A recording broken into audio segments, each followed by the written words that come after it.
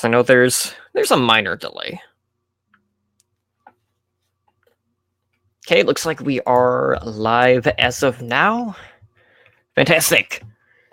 Hello, everyone, and welcome back to Heroes Never Die, your one-stop spot for all things Overwatch. I am your host, Emily Drunk, and tonight on episode 147, we'll be discussing the latest in Overwatch esports, hot community topics, and of course, we will get you primed for the Overwatch League 2019 season with our Week 1 preview.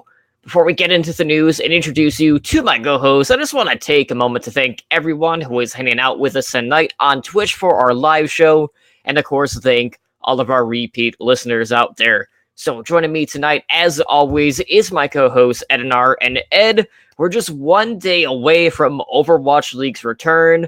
There are just so many different storylines to follow going into the new season, and I know that we both can't wait to deep dive right into the thick of things with our season preview. But before we can do that, though, just want to know, how has your past week been? My past week has been pretty good, actually. Lots of fantasy drafts, which I'm excited for that start of the season. It's unique because it's not anything I've ever really done before, done the live fantasy or OWL drafts, and done all that fun stuff. So that's been super fun. Just everything you look at in the Overwatch League has a different meaning when you play fantasy Overwatch. You're just this Gamsu we'll talk about this later, but Gamsu going to the Shanghai Dragons. We're going way more in depth with that than we ever really should have because of fantasy. We're okay, so how does this affect Shanghai? How does this affect Boston? How does this affect the backup tanks in, Boston? How does this affect Gaguri with Shanghai? So I love that aspect of it. So it's been a lot of fun. I've been having some fun like everyone else in the world, testing out and playing Apex Legends. So that's been a lot of fun. And then, dealing with the bitter cold and snow. We got another 10 inches of snow yesterday. So God bless Wisconsin. So how's your week been? How's your past week been? It's been a mixture of trying to get my hearing back in my right ear to things being pretty hectic at work just due to Valentine's Day being tomorrow. So today was just an absolute madhouse. But other than that, though, we've had a little bit of stuff going on, at least in regards to in the air quote preseason, which we'll kind of get into, because I know I've not really been watching a ton of it, even outside of the mystery hero shenanigans that they were doing, just because it's just so off-putting. And with the season starting tomorrow, there's really no reason to kind of go back and kind of watch the 1v1s or one of our least favorite modes in Capture the Flag. Now, I will say, based off of what I saw, we did have something closer to potentially what we'll see comp-wise or role-wise. So there is that, but pretty much across the board, that was pretty much kind of a bummer. But we will get into that in our hot community topics, because I know kind of across the board, whether it is on the player side or just on the community side, not that many people are too happy with kind of how they went about doing that. So we'll touch on that in just a second, but let's go ahead and jump into the news, as we got a lot to go over tonight. So first up, let's go over some general Overwatch news and talk about merchandise. I mean, it seems like every week something new is coming out that you can throw your wallet at. And Mercy is the latest Overwatch hero to be getting the Figma action figure treatment. Now, pre-orders are available on the Blizzard Gear store for this Figma figure. And just like all the other Figmas, this one stands 6 inches tall. Mercy does come with a number of different accessories. You got 2 different faces, you got the staff, you got the pistol, comes with 8 different hands, so you can do different poses and stuff. And you're actually able to open and close the end of the Mercy staff. So on top of that, you also get, additional attachments. You can have different wings where you can kind of make it look as if Mercy is flying. So if you're looking at getting this, it costs $90, and the shipping date is yet to be announced for this particular one, but it seems like they're expecting this to be released around early 2020. So for me, like I have the Mercy statue.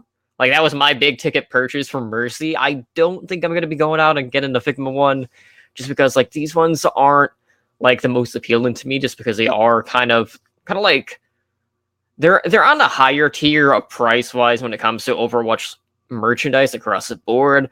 But if I'm gonna be collecting something, it's gonna be more, statue where it's gonna be a higher quality overall. But there are a lot of similarities to this one and the statue, except with this one, at least you can pose it in different ways. So it's not going to be a buy for me, but, it looks pretty good as well. So it's not like a total loss. Yeah, I mean, it looks nice. I'm starting to get frustrated with Blizzard and the whole toy department because it seems like every Blizzard toy that comes out, it's like coming out next year, coming out in 9 to 12 months. Like, no. Don't tease us with this and be like, hey, here's this cool new toy or a cool new Lego or a cool new Nerf gun. You're going to get it in 9 to 12 months. Like, no, don't stop that. Just stop it. I get why they're doing it and they're doing the pre-orders, but like, I mean, half the people who pre-order this are probably going to forget they pre-ordered it until they get notification it's being shipped. Like, it's just the way things go. I'm getting sick of it. Now, $90, and I've said this before for these, $90 is a bit much for these, because it is. It's in that weird gray area of like it's not quite at the level of like statue, but it's too expensive for people who only want to spend like $30-$40 on Overwatch like merchandise and stuff like that. So it's in that area where it's like, okay, do I really want to spend $90 on this? It's not a statue. It's not something that, if it breaks, I'm going to be like, ho hum, something broke on this. Like, no, it's $90. It's in that weird spot. So I will not be ordering it. I mean, I'm also not a Mercy player. My thoughts on Mercy are well documented. But it's one of those things where the more the merrier. Just don't be like, hey, it's coming out in a year. That's all I ask. Yeah, and that's the thing too, because like when I pre-ordered that Mercy statue, I had to wait like it was like 9-10 months. Like it was around that time frame, and then it's just like, hey, like there's a Blizzard box here. Oh, that's right, I did order this. So I totally get where you're coming from, because it seems like, they're trying to get the pre-orders out to have an idea of how much you need to make, and then you have to wait what feels like an eternity. It's about pretty close to what we've been dealing with during the off season of the Overwatch League. So there is that. But across the board, like I feel like with the Figma ones, especially with this one, if this wasn't like the traditional Mercy skin, I would be more likely to buy it. But since it is, there's really no reason for me to get what is essentially something that's very similar to what I already have. But when it just comes to the different like toy treatments that they've gotten, they got the Figma, they also have the Nendoroid, and those are two like completely different style action figures, but both of them are pretty posable. But I don't feel like there's enough differential to kind of like justify the price differences even between the two. Because even with the Nendoroids, those themselves are still like, kind of like that medium price. They're like, I can't remember how much they were. They were like $60, something like that. Or maybe it was a little bit cheaper. But even that, like, I know has kind of been just too much for some people as well. So I don't know. It seems like at the end of the day, there are just not enough like variety in regards to what's actually available on the action figure line. So we need to see Hasbro coming out with like something that's on the smaller scale with action figures, more traditional to like, a G.I. Joe or, a Barbie or like wrestling figures, things like that. We need something on the lower run of that ladder. Yeah, the $12.99 type of stuff. As opposed to everything that's like 3 to 7 times as much what we're kind of used to seeing from action figures. So it's definitely something to keep an eye on. But I just hope when we get to that point, it's not going to be another situation where, oh yeah, you can get it in like 8 to 10 months. Mm-hmm. Yeah, I agree. They need to come out with something in the $10 to $15 range that they come out with pretty regularly. But we can hope something like that will come out sooner or later. Let's just hope that occurs. Absolutely. Well, with that being said, I do want to quick go over at least what's been kind of like going down in the past 24 hours in regards to Activision Blizzard. So yesterday, if you guys were on social media, I'm sure everyone kind of saw a number of the tweets sent out from employees that were laid off because they let go of close to 800 different people. And this was kind of like coinciding with the quarter 4 2018 earnings call. Now, obviously a lot of this impacted kind of like the community manager side of it, and there has been a lot of talk about like this disconnect between Blizzard and the actual community. And I know at least for Overwatch, it wasn't as impacted as some of the other Blizzard titles, but it's a huge blow kind of across the board. And it was really hard to kind of like follow my Twitter feed yesterday. It got to the point where I couldn't look at it. Just because we had other stuff to do in regards to podcasting, and I mean it was pretty rough. So I feel for everyone out there that found themselves without a job. Hopefully, for the people that were in that situation, I hope that they took initiative and applied for unemployment today. But I was really happy to see a number of different game developers and companies reaching out to those individuals to see if there is a spot open for them that they could look to pursue. But with this quarter 4 2018 earnings call that was held with the stockholders yesterday, we had a couple of updates, but like nothing like ground shattering by any means. But they did note that when it comes to the development teams, those are expected to increase by as much as 20% in 2019, pretty much like across the board when it comes to their IPs. Outside of that, Blizzard said that they have a lot of new ideas for Overwatch, and that the Overwatch is just a small part of the overall franchise. Okay, Ed. Tinfoil hat time. How much of expansion are we going to be seeing when it comes to Overwatch content, whether it is outside source media like animated shorts, TV series, things like that? How much of it do you feel like is like updates to the game? What are you expecting for like the grander scheme of things after hearing this? Okay, so I listened to actually the whole call. And I mean, I'm in accounting, so I'm a bit of a nerd when it comes to this. Like the numbers are interesting to me. But like what I gathered from when they were talking about Overwatch is they kept talking about the success of the Overwatch and the Overwatch League. And when they talked about adding on to it and expanding, I didn't think, my first thought wasn't, okay, we're getting Overwatch 2. No, we're not getting Overwatch 2. That's not a thing. What they're talking about is branching out more into esports, branching out more into TV programming, books, movies, media type thing, really, really putting the money into the Overwatch League, like all of that. Now we could get spin-offs of Overwatch. Like I would not be shocked if we ever got an Overwatch Battle Royale. I just wouldn't. So Apex. But the thing is I think they would be the reason I don't think it would work. Like I wouldn't be surprised if we get it. I don't think it would work because you can't really do a battle royale with the amount of characters that Overwatch has. So you'd have to pick and choose what ones and give them very basic, dumbed down spells and abilities and stuff like that. But we could get something of a spin-off God, I don't even know. Like Overwatch, is it gonna happen?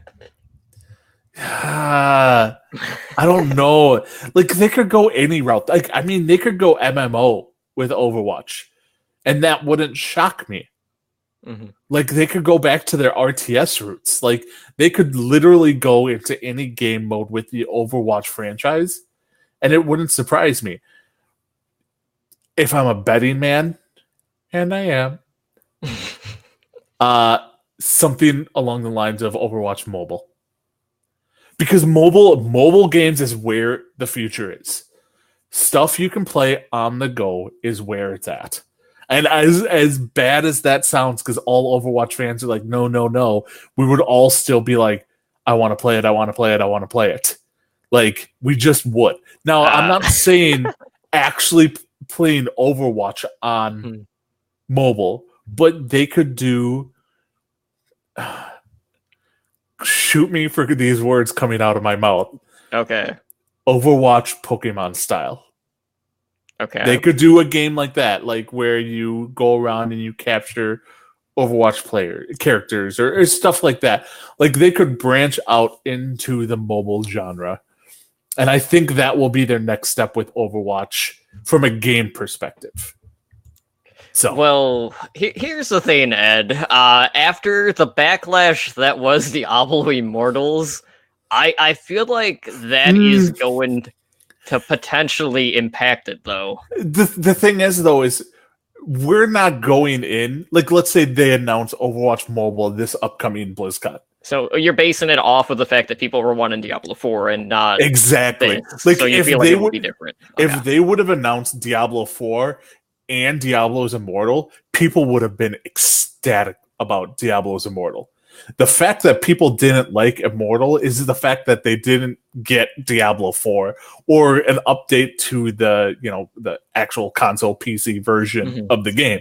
That is what they were mad about. They're not actually mad about the game because everyone I've talked to who's played the game has been fairly impressed with the actual game. So it's not the game's fault, it's the developer's fault. Overwatch, we're not going into BlizzCon thinking, hey, I better get Overwatch 2 announced. No, like we're going in expecting our typical new map, new character, some new skins, and a new cinematic. If they're like, here's Overwatch on mobile, the entire crowd would go insane. And I would put money on that. And yes, Malkari, I do have a phone, and I would play it. But I mean, I thought Blizzard fans just don't have phones. Then again, if they didn't, then you can't really explain the cell service at BlizzCon, but that's besides the point. But anyways, yeah, I can see them branching out more and doing stuff like that. There's always been like rumors of a potential TV series, maybe like something with Netflix, kind of like what they were planning on with the Diablo franchise. But I still feel like at this point, what we really need is just we need a new game mode. We're already getting to the point where we've been kind of expecting one, and we just haven't seen one yet. It feels like it is so long overdue. Like, I don't really have too many issues in regards to like the release cycle of maps and heroes. Now, that doesn't mean that I wouldn't like them a bit more frequently, because like when you compare them to other games out there, we do tend to be like kind of like on the slower side of that. But it's not going to be something that necessarily makes or breaks the game. We just need something that is a different approach to how we play Overwatch, whether it is a game mode or a standalone game, whether that standalone game is just its own entity or like its own story. Because there have been a lot of talk about, PvE content with Overwatch. We see it all the time. Every time we get the return of Drunkenstein, because that's one of everyone's favorite modes in the game, regardless of if it's a seasonal event or not. But it is so far overdue to see another RTS game, and it does bug me that it's been this long since, Warcraft 3. Like, it feels like, yes, they said, like, hey, we're not having, like, any new games in 2019 during this call, but we need the return of that subgenre within the Blizzard universe, and it could be just an unexpected route that maybe a lot of people wouldn't expect from the Overwatch franchise. Now, one thing I will ask, since you brought it up, a new game mode in Overwatch. What game mode would you want? See, that's the thing too. Like, there was always talk about like maybe something that has a bit more destructibles. I know like the kind of like tug of war type game mode was pretty popular within the community, but that's the thing too. Like, there's so many other factors just based on the fact that there's hero swaps. You're not necessarily going to be locked into just playing one hero. And like, let's say we do go the battle royale route. Like, I wouldn't mind them taking the philosophy of, yeah, you're able to switch, your hero, but, you would also, well, that's the thing. Like, I'm trying to think how they would penalize you in a battle royale. You'd lose your guns, you'd lose your armor, you'd be like starting off fresh. Yeah, you would just start off fresh. Like you were like in Apex, if you get rezzed, you start off with nothing. Mm-hmm. That would be the penalty for switching heroes. So I don't know. I will say though, when it comes to battle royales, they're very like hot as soon as they take off. But let's wait a couple of weeks and see how Apex is doing then, and then we can like drum up the discussion again, because that's just one of those types of games that seems to be very in the moment when they're hot, but there is pretty quick fall off. So I'm really curious to see what's going to happen with Apex, kind of like as we get some other major releases, kind of not only in that subgenre, but also FPS games as well. But anyways, let's go ahead and jump into this week's hot community topics. And we got two pretty big ones. So first up, this one is actually affecting the Path to Pro scene that is at the contenders level. And this is from the Gladiators Legion, who have turned to a controversial figure to serve as a substitute main tank, and they have signed XQC. So, we have Panker on a two-way contract, so XQC could see play in cases where Panker is not available for Gladiators Legion. Now, while this is happening, XQC is still going to continue to be a variety streamer on Twitch, and on Twitch, he will be representing the Sentinels and Legion on the platform. So Sentinels is kind of like the organization that's been running Gladiators kind of like behind the scene. And I remember when this came out, and it was the Valiant owner, Noah Winston, and he made like some like snarky comment about the city of Los Angeles and then the Gladiators making this move, which I kind of chuckled at. So it's definitely worth checking out. But the Sentinels released this like video that was like 30 seconds, and it was just of XQC like pounding on the desk whenever he gets like mad or just he's just in that mood when he's on Twitch, and they timed it to a music like a certain song. So definitely go check that out. I thought that was hilarious. But at the end of the day, with the Gladiators, there's so much talk behind Roar and Decay from Kondu Panthera. And I know you and I are very big fans of Panker, as, we do primarily cover Contenders North America on Heroes Never Die whenever we're doing our Path to Pro discussion. But I can't imagine that many instances that are going to be in the near future where XQC is actually going to be seeing play. So I feel like, well, yes, this is going to bring a lot of eyes to, the Sentinels, maybe like brand. I don't expect to see XQC actually compete in at least anytime soon. Like, it might not even be something that even comes into play. But at the end of the day, there's no denying how popular XQC is on Twitch. I know he's in like the top 10 most watched overall this month. Like, he's beaten out Ninja in time viewed, which is absolutely astronomical. I think Ninja's like 11th overall. So that's the thing, because Ninja took like a week and a half off to go to the Super Bowl and sit in a luxury box with Guy Fieri. I'm just saying. Well, either way, he is a pretty big figure on Twitch, beating out some relatively huge streamer names. But what were your thoughts on this signing? Like, do you expect to see XQC play at least as a substitute? Yes.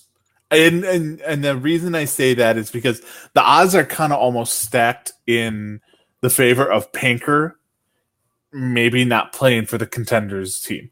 Like, all right, so XQC has to for him to not play, one, Panker has to play out the entire year, which he's never really had to do because he's been in Contenders. Now he's in LA playing with the team at the house. Who knows if he gets homesick or needs to go home or something like that, or if the Gladiators are in a big push for the playoffs and they don't want to lose their backup tank to work in with the Contenders team. Two, Panker actually takes over for Roar. I mean, that's an option. If Panker takes over for Roar, then what happens? Oh, XQC becomes your main tank. And he's your starting tank for your Contenders team. So I think the odds are XQC will play. And the thing is XQC is a good tank. He is a good Winston and Reinhardt player. I don't think he's at the OWL level anymore, and I don't think he ever will be, but he's perfect for Contenders. He's that tank who's going to do good for you. He's going to bring you recognition. He's going to bring you like viewership and fans to the Gladiators, which honestly, they're slowly becoming the fan favorite all around. Like they have like the ultimate fan favorite character in Surefour, and then now they have XQC. They're in LA where they actually are playing the games. And then you have people like Decay, like the hot new, Decay coming in. They have the Great Debate 2. And, it's just like their social media game is on point. Like the Legion and Gladiators Legion and, LA Gladiators are on point in everything they've done so far. Like, if one team was to win the offseason, the Gladiators did. And this was the cherry on top. I love this signing if they can control XQC. And not control him, but be like, seriously, don't do anything that's going to get yourself suspended. That's all they have to do. Be like, just don't get suspended. That's all we ask of you. Be your normal self. Just don't get suspended. And if they do that, it's a success. Mm-hmm. And I actually look forward to seeing him in Contenders because you know what? It's something where we don't have to see him on stage performing, so we get to see like the XQC that we see when we watch him stream. Although I'm assuming he won't be streaming Gladiators Legions matches on his own channel. There's probably rules against that. Right. So, but I mean, you'll get to see XQC the player then, not XQC the personality. So you actually get to see the real player. So I'm excited to see him actually play. Yeah, I just hope they get him some sturdier desks.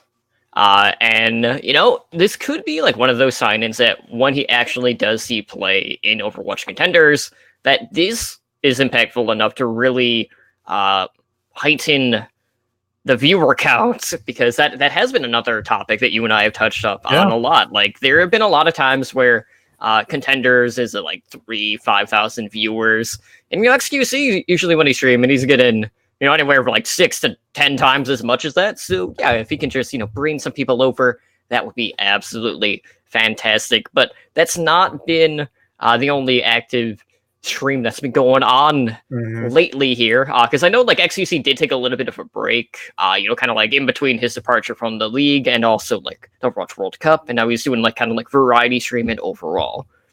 But over the last week, we have been seeing a lot of streams on different channels within the community. I know ZP was hosting some of it. You had Chanman V from the Overview, who's a good friend of ours. They also had it on ZP's channel, and that was the community countdown. Now, there's been a lot of discussion amongst the community about this, just due to the fact that on the first day that they had this, a lot of people were not playing their main roles. They basically labeled this as like practice scrims, and then everyone is playing something that they never play. Like we saw Jonak playing Reinhardt. We got to see some DPS players like moving over to Zenyatta, things like that. And the fact that they labeled it practice scrims, and then you kind of had like this half-assed, we don't want to really do that much because we're so close to the season. Like it definitely kind of impacted the integrity of the competition in itself. So much to the point that you had the Overwatch League commissioner, Nate Nancer, going on Twitter, and I know he released like a series of tweets about it. And at the end of the day, when it comes to the preseason, regardless of if Nancer actually wanted to label it as such, a lot of this is just to kind of like smoothing out the operations for the broadcast team, to kind of like work out any of the kinks ahead of time so we don't have this impacting us during the actual season starts. So, they can focus on delivering a better product for us moving forward. Now, that being said, it got to the point where kind of like midway through day one, Nancer basically outright came out and said, hey, I was hoping that we could have had some more competitive maps today for the community. Disappointing that didn't happen. And then they basically were like, well, I guess we're just going to switch to mystery heroes for the rest of the night and then have it for day 2. All of it was mystery heroes. So it's like, okay, like it was kind of like already like mystery heroes because no one was playing their normal thing anyway. But like across the board, it definitely kind of hurt the product. But regardless of that, like it's opening week. We got matches tomorrow. But I just wish that the timing of the actual preseason or the community countdown, whatever you want to refer to it as, was different. And I will just make note, like, the reason why this was so close to the season start was due to the visa issues of a lot of these players. Like, they couldn't have, like, a true preseason when they wanted to, just because, like, at that point, some of that would have had to been done online, which they wouldn't want to do. It's all about getting the broadcast team prepped for the season start. And a lot of people seem to be forgetting about that aspect of, behind the scenes stuff. So just keep that in mind. Yeah, like for me, I'm putting the blame on three different entities. I'm putting the blame because overall it was just horrible. All right, not horrible, but it just wasn't entertaining to watch. So I'm putting blame on Overwatch League, I'm putting blame on the teams, and I'm putting blame on the fans. So I'll get the fans part out of the way first. Fans, when they say they're doing practice scrims, don't think that you're actually going to go in and actually see people scrimming. No, you're not. You're going in to see a screw around match. You can't go in expecting to see, like, hey, they're going to be running serious comps and stuff like that. No, because obviously they're not going to give out their strategies for other people to record. Now, granted, they're scrimming a bunch of different strats against other teams internally, but that's different than actually doing it on video. So, fans, lower your expectations. Teams, okay, there was no reason. Like, I get not wanting to give away your strats or anything like that. There's no reason that you needed to just play mystery heroes on your own. Like, there's no way you're giving away a strat by having Muma play tank. We all know Muma's going to be your tank. We all know Jonak is going to be your Zenyatta. We all know Fissure is going to be your main tank. You don't need to swap it up. You can give away... You can play normal roles without actually giving away strats. It's not that hard, So the teams are also partially to blame for this, but the majority of the blame does go on the Overwatch League. It's they didn't outline it enough, and they didn't back it enough. Like, they expected all this stuff to happen in the preseason and do all this with no backing from the actual Overwatch League.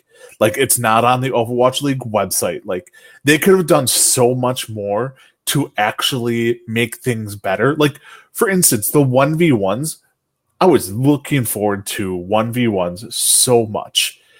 But the thing is, you don't see any of them. You don't see interviews. It's just, okay, we're going to do this quick 5-6 minute 1v1, take a 10-minute break where nobody knows what's going on. And like the Surefour versus Pine one, I wanted to see interaction. I wanted to see, because they were performing on stage, because they were testing a lot of the, how the computer works, how like everything works. It's like a test run for everything. So they were there. Why couldn't we get video of them? Like, that is what was the frustrating part for me, is like they basically were just like, hey, we're going to give you the rundown D version of all of this from a viewer standpoint, and then expect it to go swimmingly. And it just didn't. And it wasn't even close. And they just screwed the pooch on this one. Like, they did nothing right. So I don't know. I'm a little. I get that they had to kind of postpone it because of visa issues, but there are ways, not ways around it, but they could have done stuff better working with people on, like, who were actually there. They didn't have to have if the team could field the team, they could do preseason probably. Like, yes, they may not have all their starters, but that at least we can have an actual preseason, not this community countdown where everyone just kind of took it as a joke. So I don't know. I think there's blame all across the board, and I do not see this even remotely returning next year. Yeah, I just hope, like, I feel like at the end of the day, like 99% of it was just based on the timing, though, because no one's gonna want to go out and be like, okay, we're gonna run legit strats, and we'll see what happens. But like, even if everyone was playing their role, but just played like maybe their off pick for that role, I feel like even then people would have been more accepting of kind of like the way everything went down. But yeah, from a production standpoint, especially when the streams were on different channels, Jane did his best to really like try to uplift things, but you could tell like near the end of it, it was definitely starting to get to him because it was very sporadic. They were trying to answer as many questions in chat. There obviously with Twitch, there's always going to be a ton of trolls anyway. But like if it was like a month before the season start, like, kind of like how it was last year for the preseason, a lot of people would have been more happy with it and teams wouldn't have been so tentative. But really across the board, it was just kind of not what we were anticipating. And, Mystery Heroes is just okay, but it doesn't make for a great viewing experience.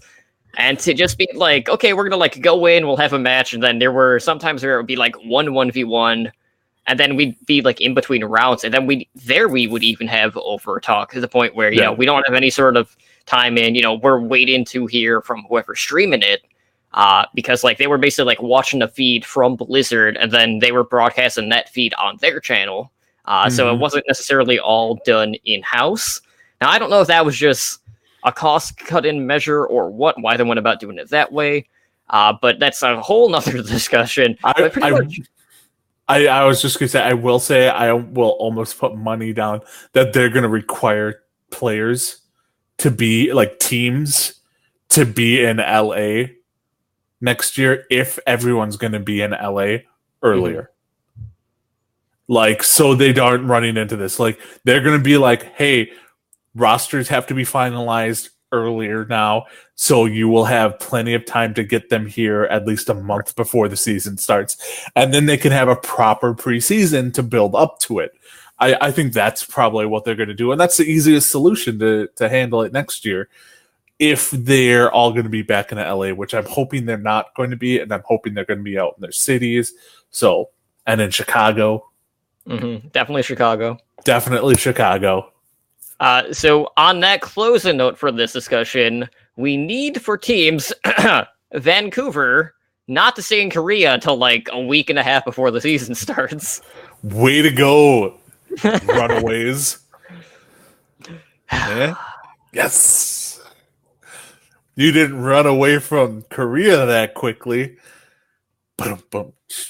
Yeah, well, I mean, there is one person at least shipping out from Boston, which we'll get into in just a little bit. So let's go ahead and talk about what's going on within the Overwatch League. Now, okay, we have three stories that kind of like coexist with one another because they're all related. So, for starters, we have an announcement on Friday from the Shanghai Dragons that Fearless has reached out to the team for permission to recuperate at home in Korea, and he noted that this was due to his current health condition, as it was difficult for him to keep up with the team's training schedule. So Dragons, they went out, they approved this, so they are without their main tank for the start of the season. So as of that moment, they were like, okay, we're just going to cover the spot with people that are already on the team. They turned to Yunjin, who had served as a main tank about a year ago for a WNV Korea. So that was their plan. So just kind of like out of the gate, how big of a blow do you think this was for Shanghai Dragons, losing their main tank so close to the start of the season? All right. Without knowing what it will come after this, I thought this was devastating to Shanghai. I mean, you lose your main tank with no backup on the team a week and a half before the Overwatch League season starts. It's like you're in pure panic mode at that point. You're just like, what DPS can I convert to main tank? What can I go Ray Kong? Can I go Tank Moo? Like, what are we gonna do? Like, I immediately asked. I actually asked you this in our Discord, but like, is it too late to change my power rankings? Like, because I wanted to plummet the Shanghai Dragons, because with no main tank, you're just done for in this league. That is before our next story comes into account, which I'll let you go over. All right. Well, so what are the Dragons doing? Well, first up, I do want to note that there was an article on OverwatchLeague.com that basically confirmed, yeah, Yunjin is going to be the guy filling in. Well, fast forward a couple of days, and we do know that Gamzu is actually leaving Boston Uprising for the Shanghai Dragons. So, this is a pretty big sign-in, and, we've been doing a lot of Fantasy Overwatch League content here lately. Gamzu has been a pretty commonly taken main tank, regardless of what team he is on, and it's kind of hard to say, like, well, what exactly is this going to mean for Yunjin, just because, like, they kind of, like, already made that decision. Do you feel like it's going to be too early to just be like, you know what, guys? We went out, we got Gamzu, let's just play him right out of the gate. Or do you feel like this is just going to be something where, they made the decision on Yunjin, we'll see how he does, and if that falls flat on his face, then we'll bring in Gamzu. What do you expect to see here? I expect, so the one nice thing with this is you don't have to deal with the language barrier. You have Gamzu coming in, South Korean as well, and basically all of Shanghai is Korean as well. So you don't have that hurdle to go over. I don't see Gamzu coming in and playing a crazy amount week one, because I think it's just too soon. I think week one, he'll play a little bit sparingly, get used to the team, get used to how they play. And then week two, Gamzu will come in as their full-time starter.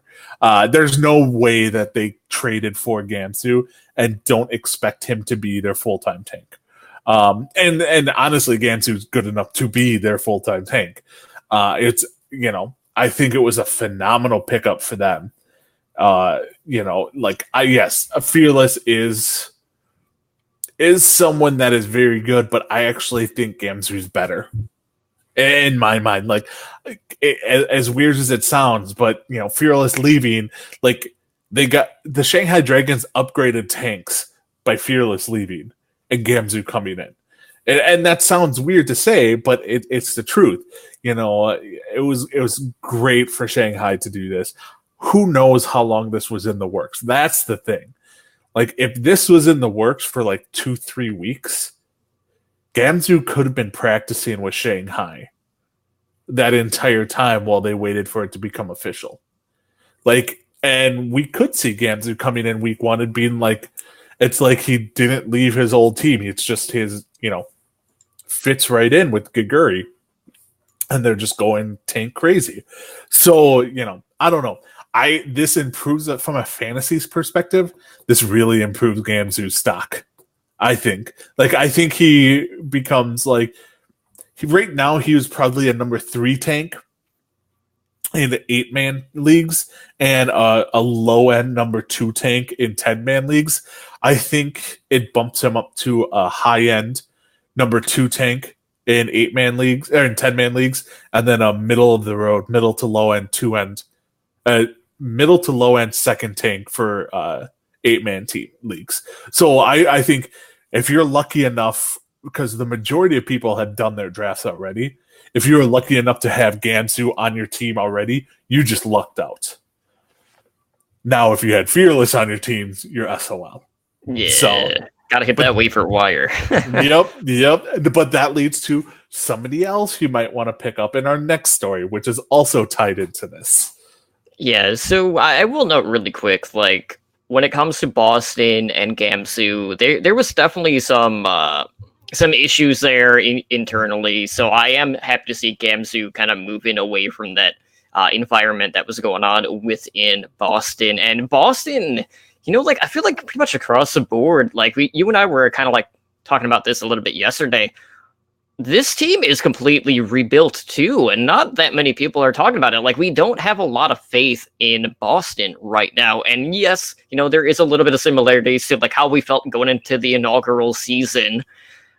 But they really only have 2 people that were on that original roster outside of like mid-season pickups. And we really don't know how good or how bad Boston is going to be. But based off of our power rankings, which I know we're planning on releasing our YouTube video for that tomorrow. So stay tuned for that. A lot of us kind of have them in like that bottom, like 3, bottom 4 overall ranking wise. But with Gamsu out of the picture, that does mean that, well, we're going to need another main tank on Boston Uprising. Well, the good news is they already had 2 other main tanks on their roster. And they have actually promoted Fusions to a full-time Uprising player. Now, initially, Fusions was signed on a 2-way contract because he was on Uprising Academy. And he signed that contract back in November with the franchise. And this is a player coming from the British Hurricane, which is a London Spitfire affiliate team or contenders team. And he was also on the United Kingdom team for the World Cup this past year. So he'll be joining Axiom and Note full-time on that Uprising tank line. So at the end of the day, it seems like they have a lot of faith in Fusions, and it made sense for them to make that transition. But when it comes to this tank line, they're definitely not going to have the same impact because you're basically starting your backup at this point. So when we're looking at this lineup now, who do you think is going to get the nod? Are they going to go with Axiom, or do you feel like they're going to give Fusions a chance to start here? I think they're going to give Fusions all the chance in the world because, and my rationale is, they didn't have to announce that they were making him a full-time roster. Like, they could have kept him as a 2-way player and him being the backup to Axiom, and everyone would have been like, okay. But the simple fact you go out of your way to announce that Fusions is now a full-time roster player means that you are more than likely have big plans for him. Or not big plans, but you have plans for him. And I think Fusions will be their starting tank. And someone from, I forgot who it was, I think it might have been Kellex, said, he's like, thank God we have noise canceling headphones because Fusions is the loudest shot caller in Overwatch League. And I'm like, I can see it. Like, he was the Overwatch League, the Overwatch World Cup, like, darling, like one of the darlings. Like, people loved Fusions. He was going nuts on his Reinhardt. So I think Boston will ride the fan momentum from this and play Fusions, and then hope Fusions in typical Boston Uprising fashion, hope Fusion plays well enough that they can trade him off. Like, it's just their MO. Like, get somebody playing good enough, trade them off, get some money or get whatever back for them, call up the next person, and then just rinse and repeat. So that's kind of seems to be the MO for Boston at this point. Yeah, definitely. And, it's very true for, Patriots too. And go figure, they're kind of the same investors. But this is not the only two teams that have been having impacts on the tank line, because we also learned that Florida Mayhem can be added to that note as well. So not only do they have a tank change, they also have some changes to their coaching staff. So their main tank, SNT, who last year was known as Awesome Guy, said that he's going to be moving to a player coach role for the team. And while he's doing that, he's still going to be under the active Mayhem roster, but as a substitute. So with this move, that means Swan is going to be taken over as the team's main tank. And then we also have the addition of as an assistant coach. And had served as a head coach for Lucky Future Zenith, who were really like the most dominant team in Contenders China this year in the 2018 season. They won both Season 1 and Season 2. So that was a huge sign-in. And for me, I know I was really worried about Florida just because, well, they didn't really have that Korean presence in the coaching staff, and now they have that. So I'm not going to say I am completely on the other side of the fence when it comes to Florida Mayhem, just because that's one of those organizations that I just don't have that much faith in. But I feel like this is going to put them in a better position moving forward. But at the end of the day, it's a Mayhem. They're going to find a way to continue to meme, have to pick on the bus like they did in, their roster reveal. So, they're embracing that aspect of it. But I don't know if that's the best look, but it's definitely going to add a lot more pressure to Swan moving forward, knowing okay, my number is up. I'm going to be the guy now. So he needs to really make the most of it. But really, a Swan Zephyr tank duo, I do not have a ton of confidence in. How about you? I mean, I don't have a lot of confidence in the entire Florida Mayhem team. Now, that being said, they're also a team that could genuinely surprise people, I think. Because we just don't know how they're going to play together. They have probably, if you're just looking at pure DPS, probably one of the top 3 to 4 DPS in actual Overwatch League and Saya player. He's just insane. He's just on a crap team. I think SNT or Awesome Guy moving, that was just a move to show, okay, Swan's going to be our main tank. Awesome Guy's going to be the backup, but we don't want to give up on Awesome Guy, and we want to start teaching him the coaching aspect of the game as well. So it's just, it was nice by the organization. It's one of those, we're going to bench this person, but we want to keep them in the organization, so we're going to boost their role in the organization by benching them but giving them a coaching position as well. The signing was huge. Like you said, he was the head coach of Lucky Future Zenith. Part of me wants to believe that he will actually end up being the head coach at some point. You don't bring in the head coach of one of the best Chinese Contenders teams to be the backup, the assistant coach on a team. He doesn't come in and take a demotion. You're not seeing college football coaches getting brought up to be assistant coaches in the NFL. That's just not something that happens. So I think was brought in as a replacement, and for the life of me, I cannot remember who their head coach was before Mineral. Oh, okay. Because they had a South Korean coach before Mineral, and they got rid of him, and then they brought in Mineral as the coach. But then everyone's like, why are they bringing in Mineral, who is not South Korean, to coach basically an all-Korean roster except for applying to Vik? That was just confusing to everyone, and we talked about it on the show. But you bring in who coached one of the top Contenders teams, is South Korean. You don't bring in someone like that and not be like, you're going to be head coach within a year. So I think was brought in to be the new future head coach. A wink, wink, nudge, nudge. Mm-hmm. We can't say anything right now, but right. You're going to be the head coach. Yeah, I do want to note that when it comes to Lucky Future Zenith, that was another one of the teams that basically got poached during the offseason for the Overwatch League. You saw a lot of their pieces make their way into the Overwatch League. So there's a reason why they brought into the discussion. There's a reason why pretty much the entirety of that roster was signed to different teams for the Overwatch League. But we do have one more sign-in that was very recent, and this one is out of the Atlanta camp. So, you and I, we're pretty big fans of a certain team, last night's Leftovers, who were picked up to Sugar-free Atlanta Academy team. And, there was this moment of confusion where Dogman was released from Atlanta Academy, and I was just like, what the hell is going on? This just doesn't make any sense. Like, he posted, his LFT Academy Overwatch League.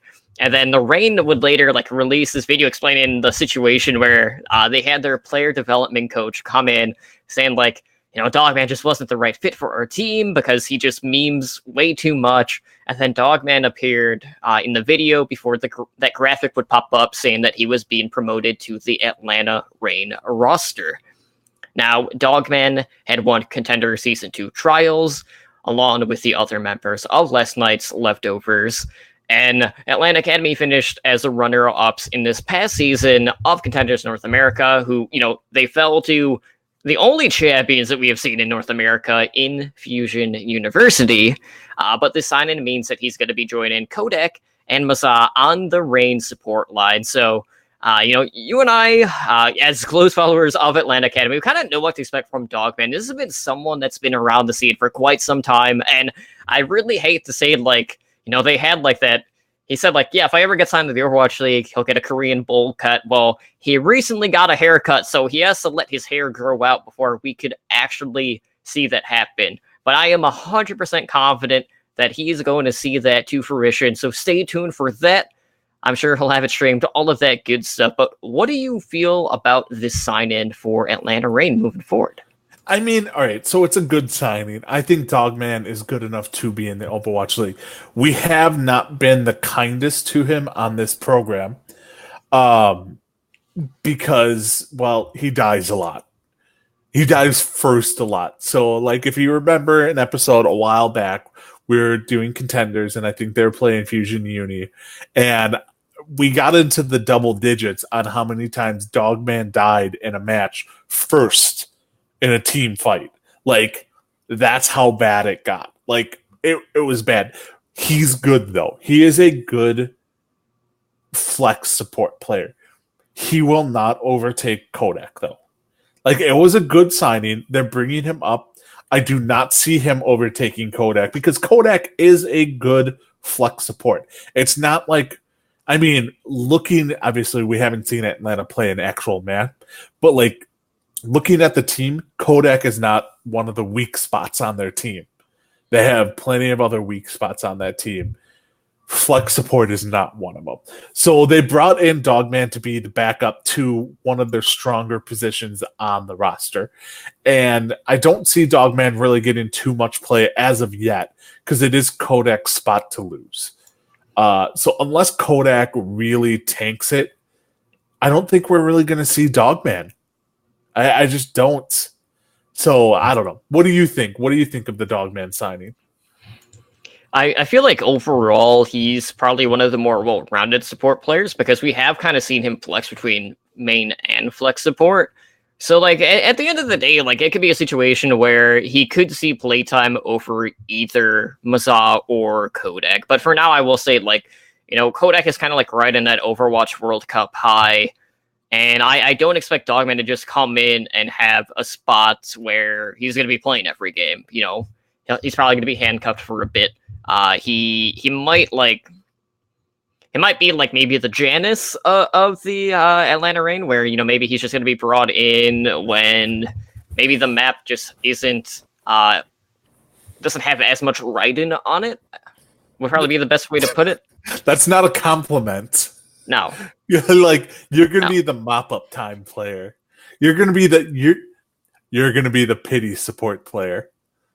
We'll let you play a few matches since we can't technically lose. Yeah, I could see some situations though, like if they need a very like a more aggressive Lucio approach, that Dogman could be the one to kind of like take that role on that team. Mhm. But for now, I would say yes, he's probably going to be the backup until Kodak.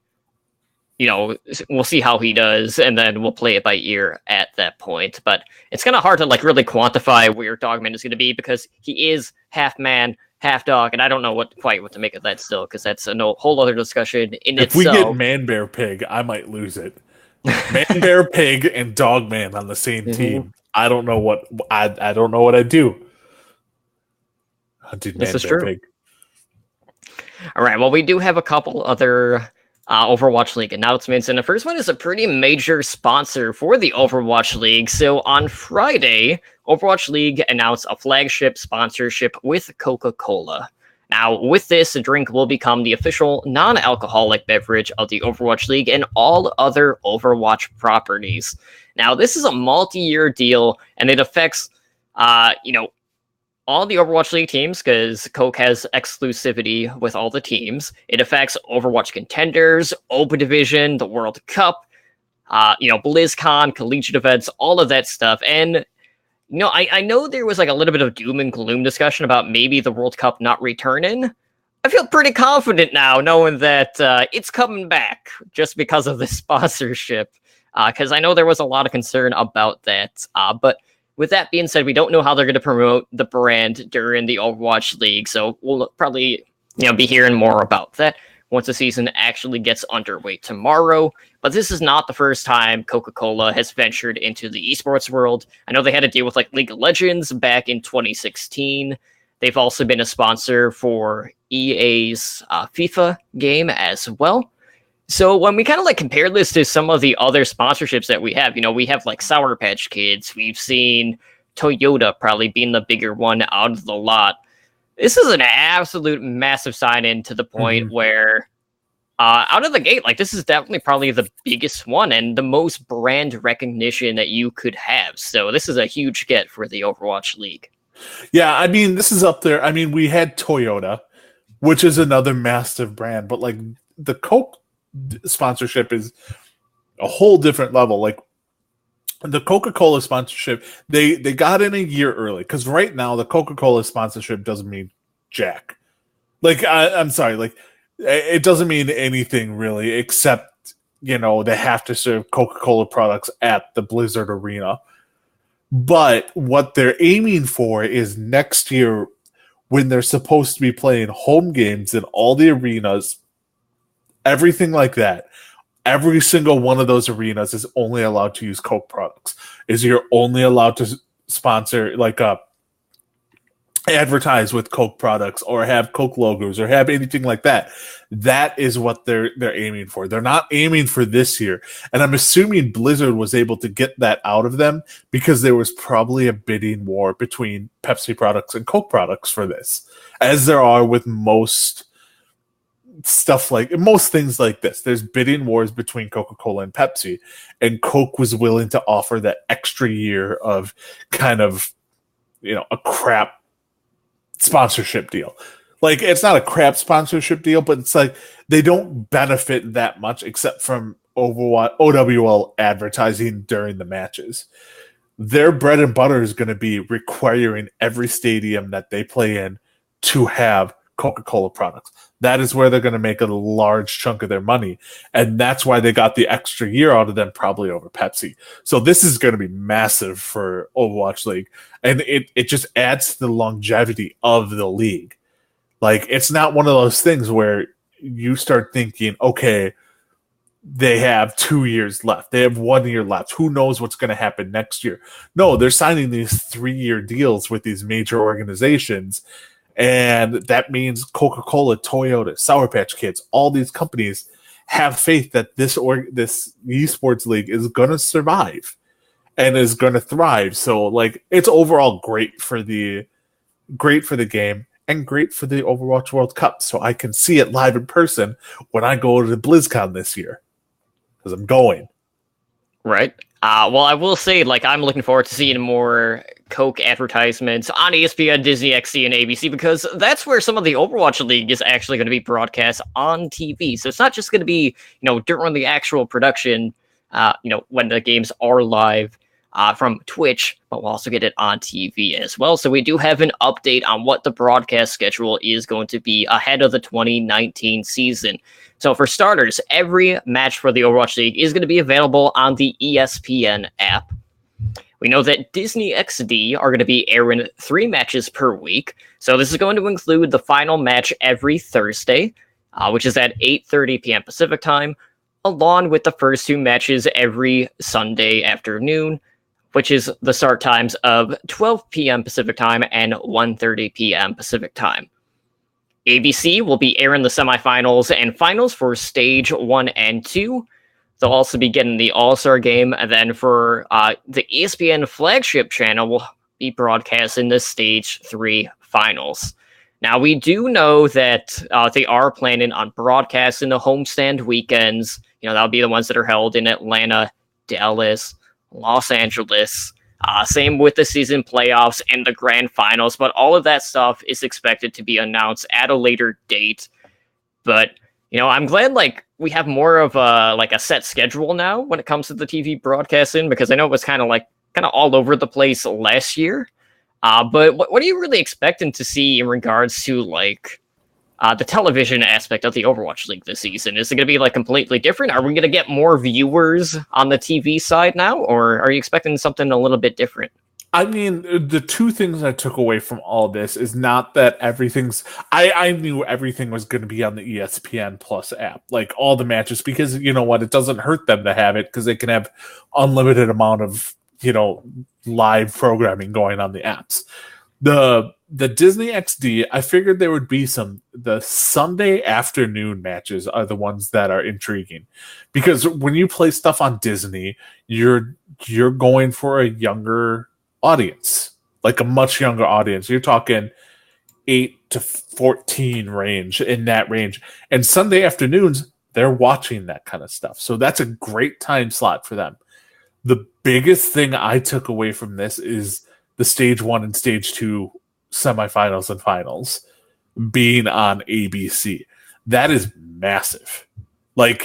That's beyond massive. So you thought last year that the season finale, the season finals being on traditional regular flagship ESPN was big. Having the Stage 1 and 2 finals on actual ABC is 10 times bigger, because you will hit 10 times more households. Think of everyone that does not have cable and just uses Netflix, Hulu, all those streaming services. Well, all of them have access to ABC, because ABC is a free channel. You can get it with an antenna attached to your TV for free. So the Overwatch League will be airing on ABC for free to everyone in the United States. That's insane. And especially since it will be taking up prime slots on weekends at night, I expect viewership for that to be a lot higher than what people expect. Because people last year when it was on ESPN were like, oh, these are great numbers. Well, this year being on ABC, you're going to get even better numbers, because you're just going to more households. So I think that's why they haven't announced anything to do with the season playoffs or finals and anything like that, is because they're waiting to see what the numbers are for when they air it on ABC. And if it goes well on ABC, you can 100% expect the season playoffs to be aired on ABC as well, and it to be made a big thing. Mm-hmm. And I couldn't be more happy. I couldn't be. Yeah. So what you're saying is basically this is a trial run, and then if it does well, it'll be there, and then if not, maybe they'll put it on ESPN2 or something, or maybe just ESPN. Or just ESPN. But this is going to be a trial run on whether they get good enough numbers on ABC to air the season finals on ABC, or if they just stick with ESPN. So, because they know they get good numbers on ESPN, they want to test it out. And the numbers went so well on ESPN that they want to be like, okay, let's see what they go at the next level up. Because the next level up is ABC. There's no level higher than ABC. So, it's a big deal. Like, it's a massive deal for esports because it will be probably the first major esports event on basic cable. I can't think of another esports event that was on NBC, ABC, CBS. It's been mostly like TBS. Yeah, which is not basic cable. Like, this will be the first esport event on basic cable available to everyone in the United States that owns a TV. I can't wait. But that's one way or another, I fully expect the old man yells at clouds meme to come back whenever this does happen. Colin Cowherd is going to lose his shit. Like, Colin Cowherd is going to lose it when this happens, and I fully intend on listening to that show. So with that being said, let's go ahead and jump into our main discussion by looking at Stage 1, Week 1. It's opening week of the 2019 season. So, Ed, why don't we start off with this Thursday games? What's going on tomorrow in regards to the actual schedule? Okay, so we start off everything at 6 p.m. Wait, so I'm Central, so that's 4 p.m. Pacific. These time zones really get me at times. So the first match is going to be at 4 p.m. Pacific, and that's going to be a rematch. That is going to be Philadelphia Fusion versus the London Spitfire. And then next up after that, you have the battle of the New England area, the upper Northeast in New York versus the Boston Uprising. And then you have what some are calling the match of the week in the Seoul Dynasty versus the LA Gladiators. And then the last game of the day is going to be the match that decides the first win in Chinese Overwatch League history. And that is going to be the Shanghai Dragons versus my Hanzo Spark. It's a great first day. The New York Boston is the only want match of the day because it's just like it's Boston. No one's expecting Boston to put up a fight against New York. But it's a great first day of matches, and I can't wait. Yeah, day one is pretty stacked, and I would agree. Like the Boston New York one, especially with Gamzu being out, like you could have expected like a better frontline battle if Gamzu was in, but it feels like the weight between those two is just so drastically different. So, what better way to kick off the season by that grand finals rematch? And I know there's been a lot of talk about London potentially being a little bit slow to adjust to the GOATS meta. And there are other teams that are doing quite good. And I know one of those teams is Paris Eternal, who I know London faces later in the week. So a lot of people are like, don't be too surprised if London just comes out of the gate in an 0-2 hole. But I know you and I have very different opinions when it comes to Philadelphia Fusion.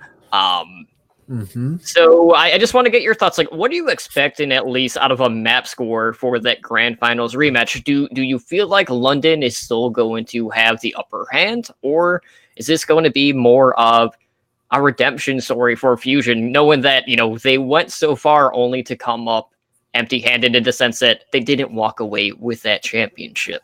So for this one, I'm actually thinking the Spitfire win this one 3-1.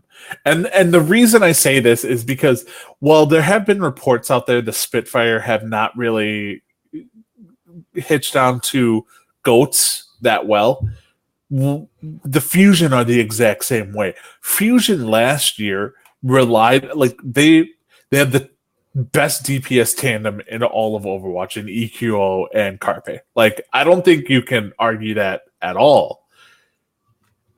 But that doesn't mean crap. Like, in a GOATS meta, having the top 2 DPS is not the top 2 anything that you want. So I don't know how well Philadelphia Fusion is going to even kind of squeak out GOATS as well. So I think it's a battle of 2 teams that are going to struggle to kind of find their GOATS meta. And I think Spitfire is going to come out to it because I look at it more of who's got the better tank line. Mhm. And I think Spitfire has the better tank line.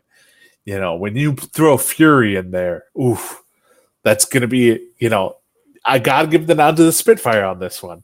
I just do. I'm not sold on Fusion. I can't get sold on Fusion. I don't know. I'm more sold on Fusion University than I am on the actual Philadelphia Fusion. As sad as that sounds. Well, was that before or after the relegations, or I mean the kind of like homegrown talent aspect of Contenders this season? Well, I mean the homegrown talent aspect of, you know, Contenders and even this, you know, all this, it didn't affect Fusion University. Like they still had Elk, they still had Alarm, they still had Zachary. They didn't have Who Are You. It didn't matter. You know, their best tank wasn't on their team for some reason in Beast Halo. I feel like he has to be in like some contract hell with Fusion University that we just don't know of, because it just doesn't make sense. There has to be something going on that we just don't know. Mm-hmm. So, yeah, I'm calling Spitfire 3-1 on this one. What do you think? This is one that I keep flipping back and forth with. I want to say for storyline aspects, I want Fusion to win.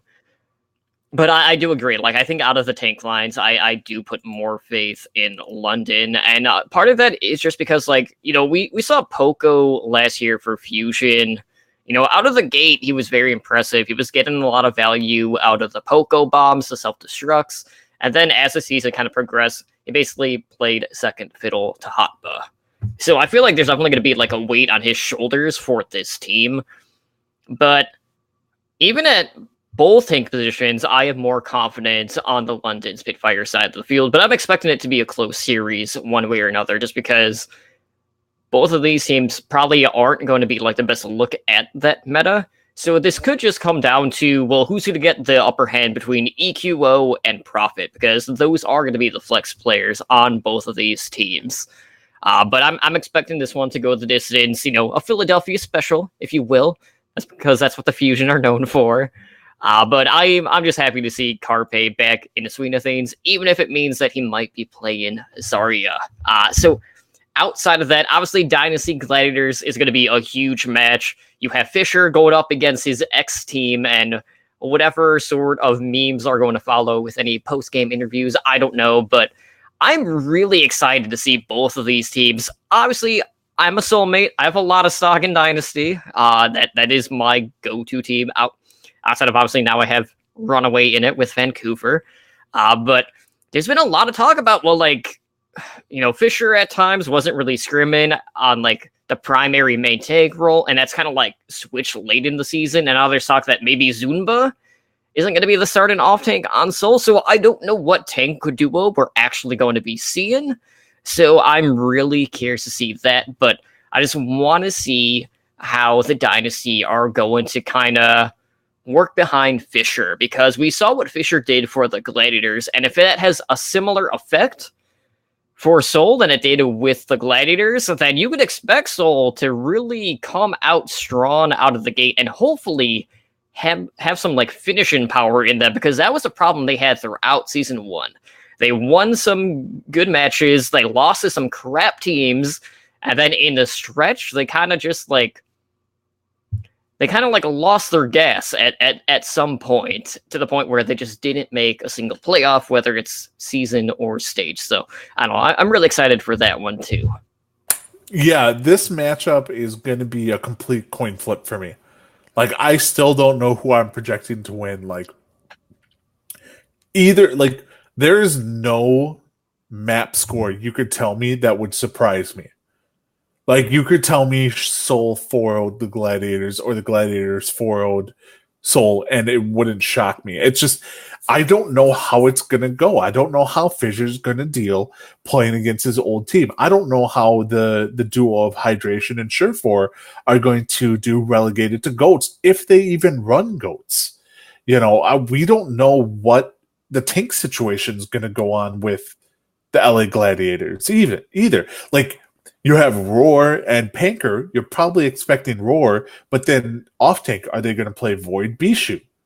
Like, who are they going to play there? Like, there's a lot of questions with Gladiators we won't know until they play this match. Same with Soul. Like, the tank lines for both teams are so up in the air right now with conflicting reports that we just don't know what to expect. And with that, I'm going to relegate this to the support line. And I cannot bet against Ryu Jaehong right now. I have to give the edge to the Soul support line. It's just something I have to do.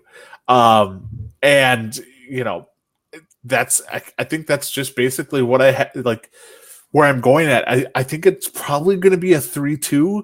Like, I hate doing 3-2s, but probably going to be like the Toby Ryu Jaehong combo is probably going to push him over the edge.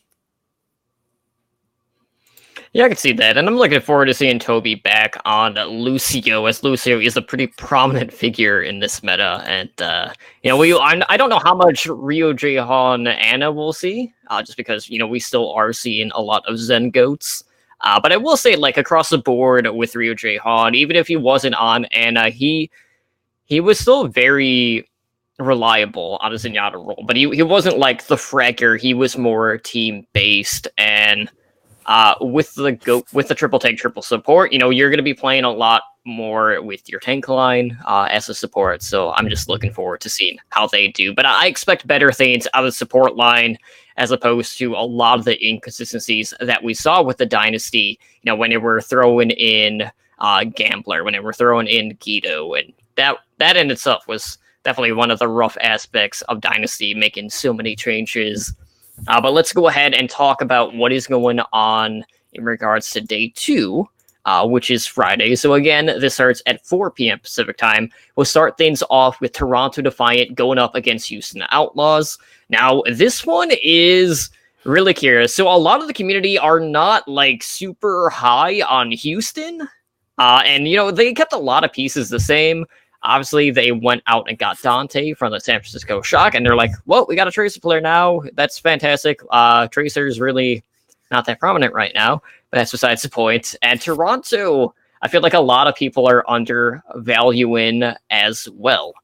So moving on to 5:30 p.m. Pacific time, we have Atlanta Reign going up against Florida Mayhem. At 7 p.m. Pacific time, we got Dallas Fuel versus the San Francisco Shock. And then to close it out, we have another Chinese battle. At 8:30 p.m. Pacific time, we have the Chengdu Hunters going up against the Guangzhou Charge. So, Ed, looking at day 2, this will be the second Chinese win, guaranteed. So there is that. But which one of these matches are you most looking forward to out of these 4? I would say the Dallas versus the Shock match.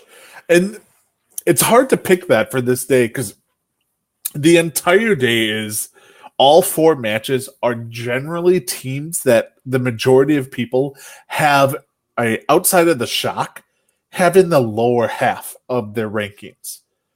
But all of these teams we just don't know anything about at this time.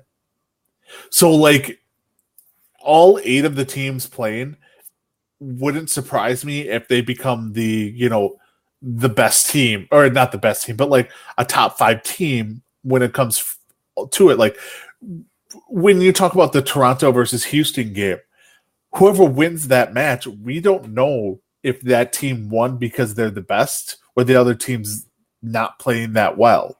Like we don't know how to judge this because we don't know how to judge the teams. I think the reason I said the Fuel versus the Shock is because there's been so much hype around the Shock and what they're going to do. And I think there's a lot of intrigue what they're going to do with like their 7 DPS and, you know, like how are they going to handle all that playing time for all those players? Because, you know, you're not going to not play Sinatra paying him $250,000. You're not going to bench him. 150, whatever. You're not benching him. But is he going to get full play time? Like, what's going to happen with Rascal? What's going to happen with Striker? You know, all that stuff. So you never know. And then you want to see from the Fuel perspective, can Arrow keep the momentum alive? Like, the Fuel, yes, they made some changes. I don't consider any of them that drastic. Just like, they signed RCK, yes. Did they really do anything else? Like, they signed Zachary, but is Zachary going to be a starting DPS for them? Is Closure going to be starting as a support over Harry Hook? Like, we don't know. RCK is the only, like, foregone conclusion, brand new starter on that team.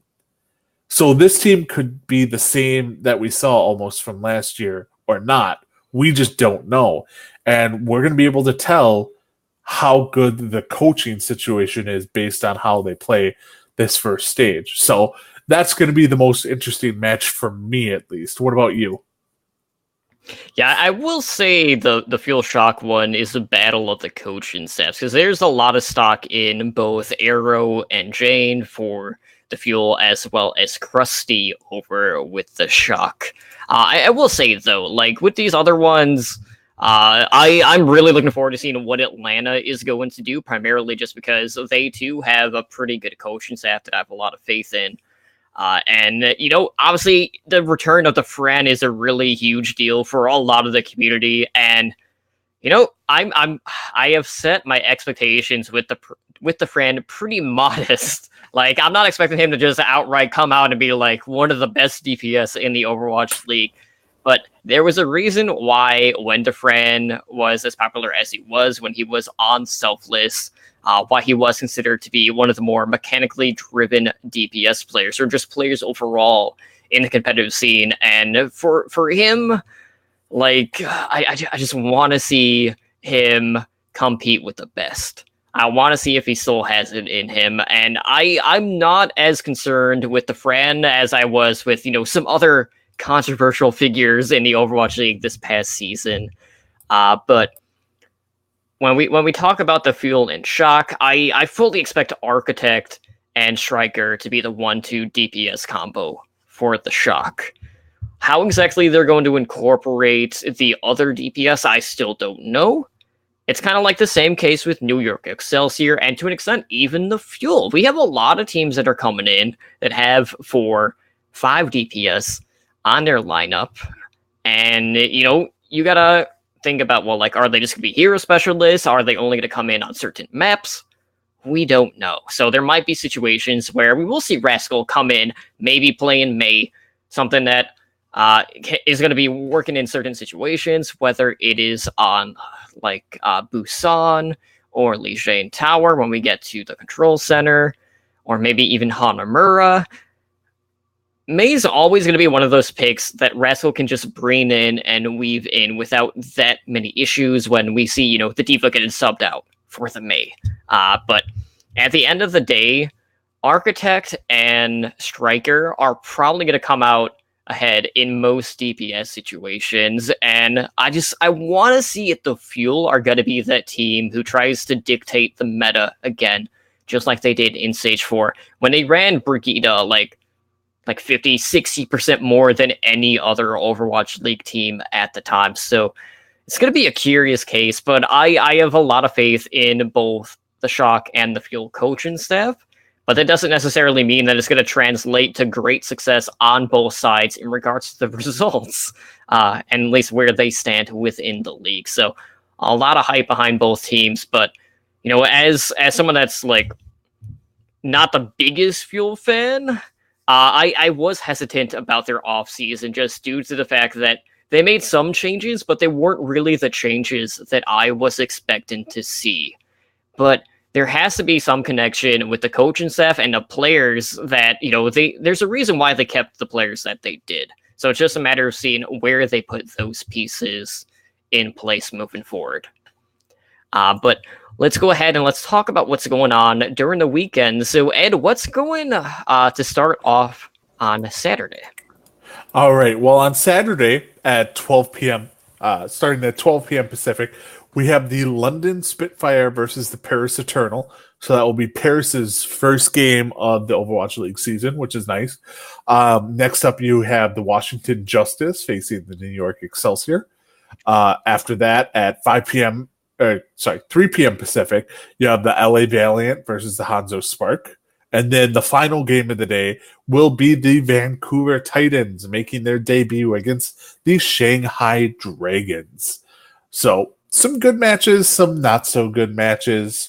You know, I'll let you go first. What matches, because I know you want to get it out there, get the obvious one done. What matches are you looking forward to the most on Saturday? Okay, so initially I was like full on board. I'm ready for Runaway versus Kontu Panthera Part 2, you know, the Season 2 Contenders Career rematch. And then the Fearless story hit. I was like, okay, now I'm looking forward to the Spark Valiant one more. And then it's like, oh, now we got Gamzu and Shanghai. Okay, I'm back on board with Titans and the Dragons. So obviously those are going to be my two picks this week. I am intrigued by the Battle of EU, you know, London versus Paris. And there might be some upset potential with Paris just because, you know, EU is known for their tank play. So I expect them to come out with triple tank, triple support. And I expect Paris to look pretty good with that type of composition. But for me, obviously, Titans Dragons is going to be a huge deal. Seeing Runaway compete in the Overwatch League for the first time is going to be a tear-jerk moment for a lot of Korean Overwatch fans, myself included, and I'm just looking forward to seeing them play. And really, like, I just want to see, is Gamsu going to come in right away and play for the Dragons? I don't know, but, you know, I'm going to be a huge Titans fan just because of that connection with Runaway.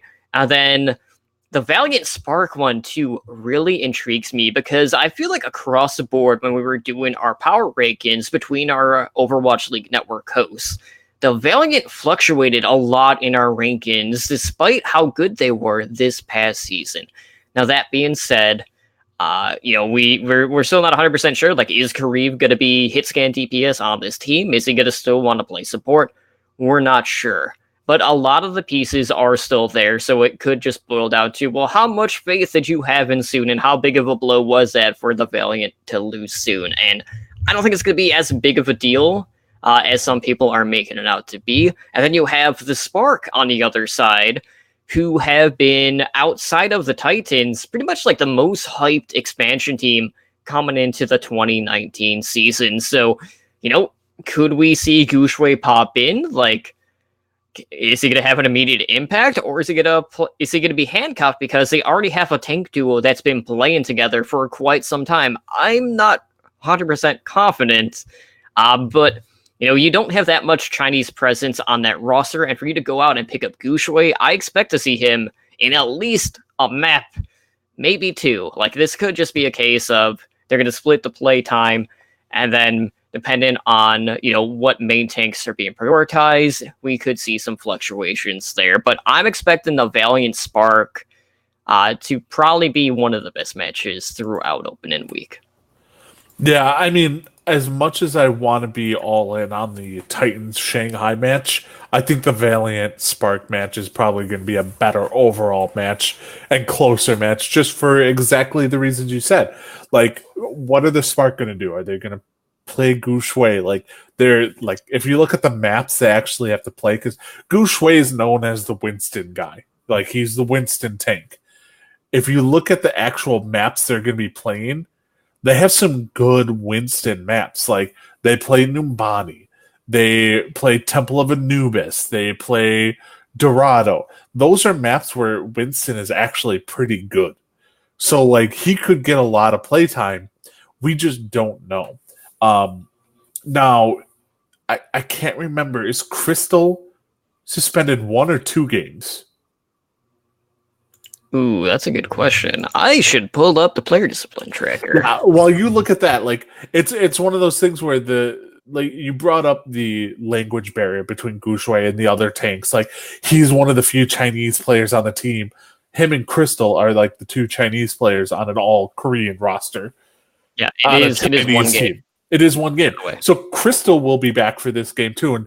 And as much as the gods is getting all the praise as the best DPS on the team, and Gods is going to be one of the starters. I think Crystal will slide in there as their number 2 DPS, and this is the match that he could slide into because it will be his second match, so he is eligible to come back. So you could start seeing the duo of like the much anticipated duo, Chinese duo of Gu Shui and Crystal play in this match, and that could be huge. But we just don't know. The LA Valiant is just I wish I would have ranked the Valiant higher than I actually did, because I'm not big. I'm, as I said last week or the week before, I'm not a big Soon fan. I don't think Soon is as good as he actually is. I think he's very overhyped. So losing Soon for the Valiant, I don't think is that big of a deal. I think the bigger deal is how good Izayaki is for the Valiant. If Izayaki turns out to be good for the Valiant, I think the Valiant are a top 4 team. But I think it all depends on him. So not on Kareem, because we all know Kareem is going to do fine no matter what 40 billion different roles he decides to play. But Izayaki is the main one. So that's going to be the match I'm going to pay the closest attention to, like watching the gameplay, like watching the nuances between the gameplay. If I was to pick one game, though, that I just want to sit down as a fan and just eat some popcorn, sip my whiskey, and just enjoy, it would be the Titans versus the Shanghai Dragons match. Like, Titans Shanghai is going to be the most interesting match to me of the day, while the Valiant, Hanzo, Spark are going to be the most, like, I'm going to pay the closest attention to that one. The other two matches I could give two craps about. Like, I mean, I care about them, but, like, New York's going to beat Washington Justice. It's going to happen. I'm sorry. Just is. The Spitfire, as much as people want to say Paris Eternal, you know, they have a shot, they're good at goats, you know, so on and so forth, they're not beating the London Spitfire. They're just not. So give me the Valiant, Spark, and Titans Dragons. I am a happy camper for on Saturday. All right, well, that will lead us into the final day, which is Sunday, February 17th. So we start off at 12 p.m. Pacific time with the Houston Outlaws going up against Boston Uprising. So, you know, that's two teams that, you know, community expectations aren't super high on. So Outlaws, man, it's really tough to, like, kind of, like, put how good or terrible this team is going to be. Like, I know I'm in the camp that I don't have that much faith in them. You know, I think Dante was a good pickup, but I still don't have that much faith in that DPS line. But if we see Sombra play, I'm going to be a lot more intrigued by Houston, because that means we're going to get Dante on Sombra, and Yep. we'll see what happens there. So if we see like Sombra Farah, you know, I'll be more invested in Houston, but I'm not going to be a Houston fan. But we'll lead into our 1:30 p.m. Pacific time game of Philadelphia Fusion versus Atlanta Reign, and man, that DPS like rivalry in that game should be pretty intense, I feel like.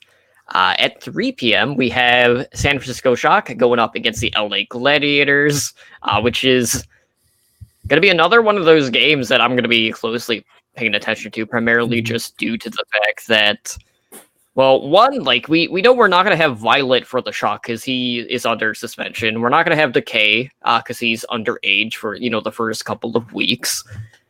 So I really feel like on the front line, I would expect Roar to come in and be able to get the better of Super on that front. But DPS powerhouse team, so that one could really go either way, but most of it is probably just going to be dependent on the pressure from the back line, but also the space that's being opened by their main tank player.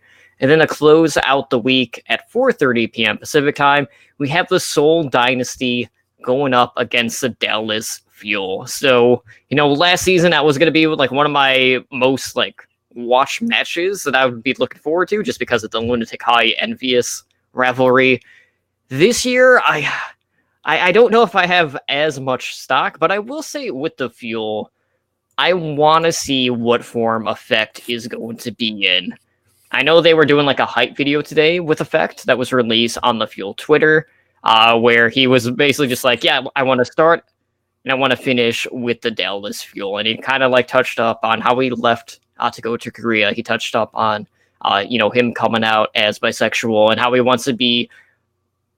He's not going to focus on being like the best player. He wants to focus on being the best teammate.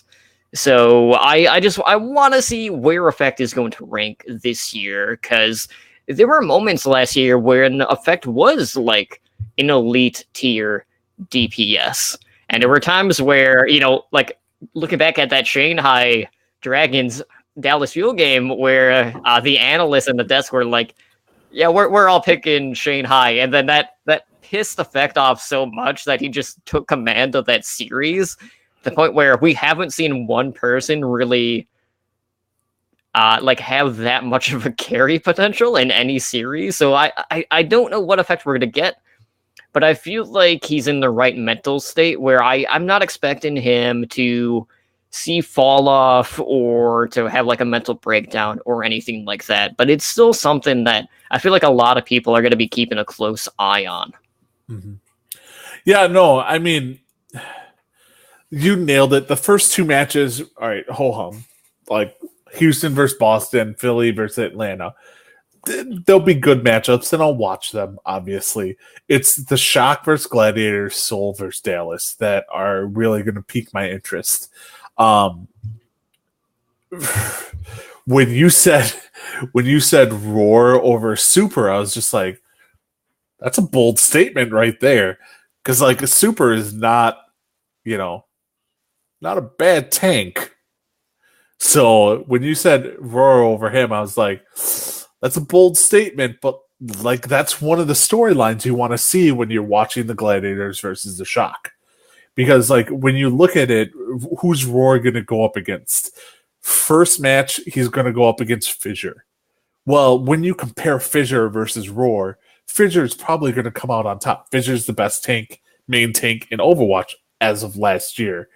So Roar versus Super is kind of more realistic gauge of how Roar is going to be with the Gladiators. So it was a good comparison, and that's something I'm definitely going to watch. Now, the Shock not having Violet, like, yes, they will have Sleepy, who is a very adequate replacement, but I think people are sleeping on Violet. Like, he is from a fantasy perspective, he is that one support player, I would say, in my mind, in the Overwatch League. If you were going to draft a number 2 support player and have them end up being a top 2, top 3 support player, Violet is that person. Like, Violet is that good. Sleepy is good, but Violet is that much better. Like, Violet is going to be the main flex support for the San Francisco Shock once he comes off suspension after this week, because he's only on a 2-game suspension. So it's going to be interesting to see how they do without him. The Seoul versus Dallas is going to be the battle of the underwhelming Season 1 teams. Like, it really is. It's both underperformed drastically in Season 1. Now, Dallas obviously stepped it up in Stage 4. We want to see if they can keep their momentum. Seoul, you want to see what the new Seoul is going to be like. So that's going to be a great match to end the first week on, is Seoul versus Dallas, because you're going to get 2 super fan favorites. Like, Dallas is a huge fan favorite. Seoul, everyone loved Seoul going into last year. And everyone, I think, is cheering for Seoul to do well this year because they had such high expectations for them. They want to see them do well. Like, they want to cheer for Ryu Jae Hong. Like, Ryu Jae Hong is like, could be on a Jonak Fissure, Carpe level of fan craziness. He's just hasn't performed to that level. So that's a perfect match to end on week 1 with, just realizing, like, okay, these two did all sorts of things to change stuff around.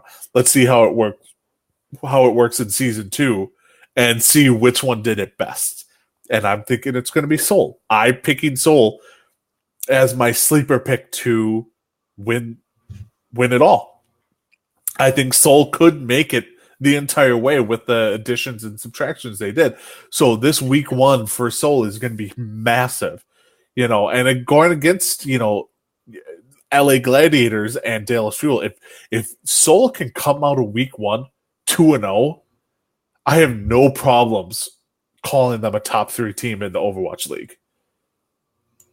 So I don't know about you, Mr. Seoul Dynasty. You may not call them top 3 in the league, but I will.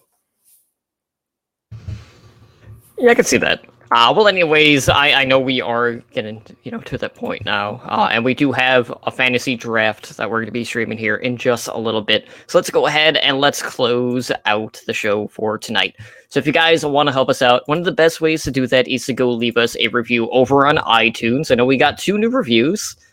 We are always looking for insight on how we can make for a better listen experience. So we do have 2 new reviews. So Ed, why don't you go ahead and take the first one that we got on iTunes?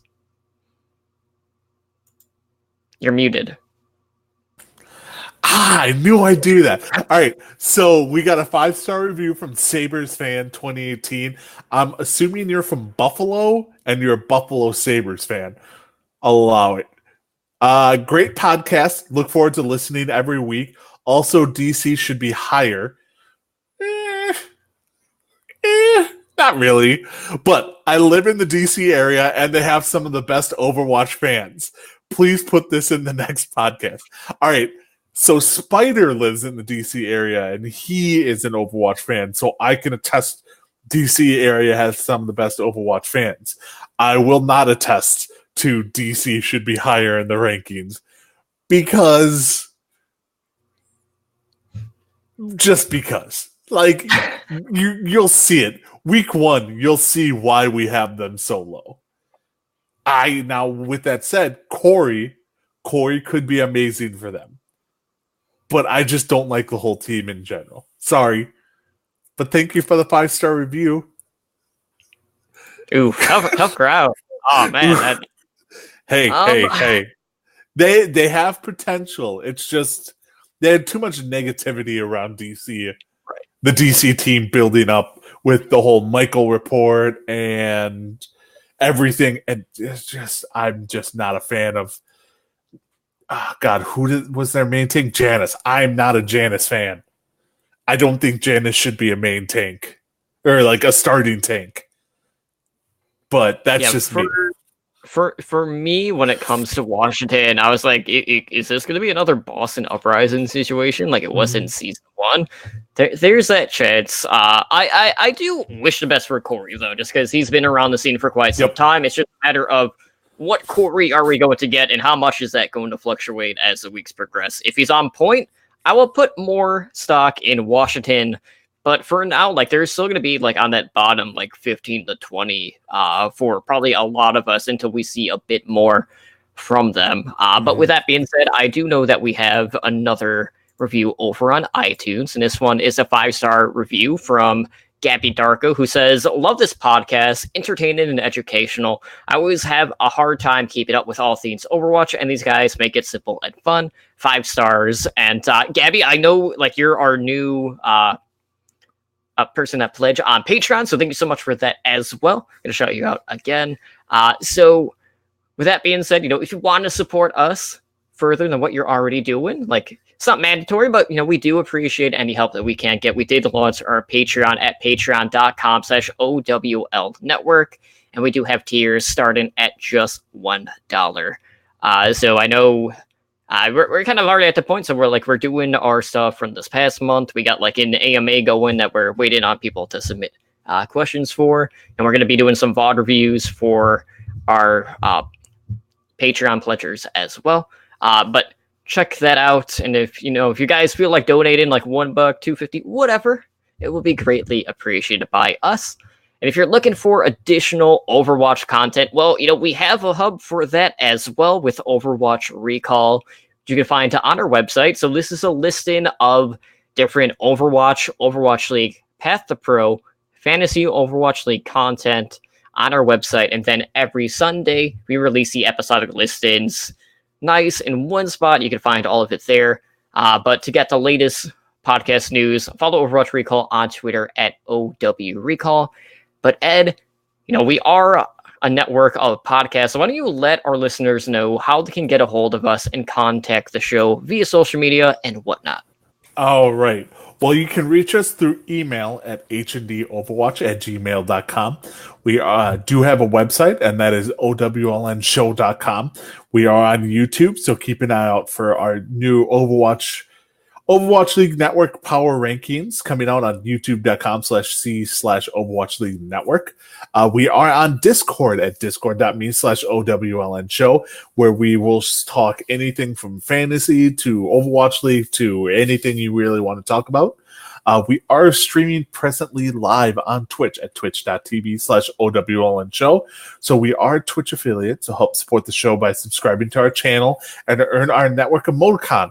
Our podcast network does stream regularly. So Mondays, let's see if I can get all these. So Mondays, we have the Overwatch League Network at 7 p.m. Pacific. Tuesdays, we have OWL by the Numbers at 6 p.m. Pacific. That is our fantasy Overwatch podcast that me, Totem, Julian Goulian, and Blazin' Bob do. And then on Wednesdays, we have this show, Heroes Never Die, airing at 5 p.m. Pacific. And then we do have technically host streams on Thursdays and Fridays at 7:30 p.m. Pacific, but that will probably go by the wayside once the Overwatch League starts because, well, honestly, we just want to watch the Overwatch League. So that probably won't be happening, but we will have, like tomorrow, we will have like a live game chat. Like live game chatting, like we'll be online talking in our Discord during the matches to chit chat with fans if they want to join us. So come join us for that. As Totem already mentioned, we do have Patreon at patreon.com/OWL Network. So come help us out, support us there. OWL Network. God dang it! You do that like every week. Every week. Patreon.com/OWL Network. So come join us and help us over there if you want to. And stay tuned after this show, too, because we will be streaming our Overwatch League Network podcaster fantasy draft with, me, Bob, Totem, Spider, Slambo, Ren, Julian Goulian, all of us. So stay tuned. We're going to be doing that. You can reach me personally, Edinar, on Twitter at Edinar Overwatch. Totem, where can they find you? Well, I'm on Twitter at TotallyDrunkCTR. And of course, if I'm live on our Twitch channel, it'll be on this one at twitch.tv/OWLN Show. So as Ed had mentioned, yes, our plan is Thursdays, at least for the first couple of weeks. We're going to be doing like viewing parties in our Discord. So if you guys want to chat with us during the Overwatch League games, you can do that. And if you don't feel like jumping in voice chat, that's fine. We'll also have like the text discussion going on in a separate channel on our Discord. But if you feel like, you want to talk with us, you can do it either in voice or in the text channel. And we'll probably try to like fluctuate like what days we're going to host this on, just because like some days might be better than others in regards to like turnouts. But, to get the latest on our viewing parties, just pay attention to any of our network Twitter handles to get all of that info. But with that being said, I do want to thank everyone for hanging out with us again tonight for Heroes Never Die. Again, this has been episode number 147? Question mark? Yes, 147. And we hope you stay tuned in like the next 15-ish, 20 minutes. We will start our fantasy Overwatch League draft. And if not, then we hope to talk to you tomorrow for the opening day of the 2019 season of the Overwatch League, guys. Have a good night.